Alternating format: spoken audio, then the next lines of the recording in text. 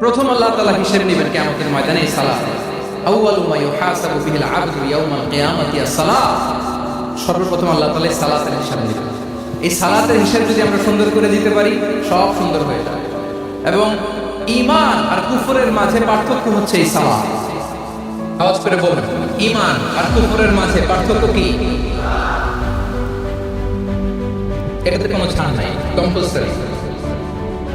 Push yourself to offer সালাত on time. এটাই আমাদের আইডেন্টিটি। মুসলিম আইডেন্টিটির প্রথম কথা হচ্ছে সালাত। যার সালাত নাই তার ঈমান নাই। আওয়াজ করে বলেন, যার সালাত নাই তার কি নাই? আমাদের অনেক তরুণরা মুসলিম উম্মার মুক্তি কিভাবে হবে এটা নিয়ে খুব পেরেশান, কিন্তু সালাতের ব্যাপারে উদাসীন। এরকম আছে না নাই? এটা হইল? এটা যায়? প্রতিনিয়ত ইসলামিক ভিডিও পেতে ফলো করে পাশে থাকবেন এবং ভিডিওটি শেয়ার করে সবাইকে দেখার সুযোগ করে দিবেন।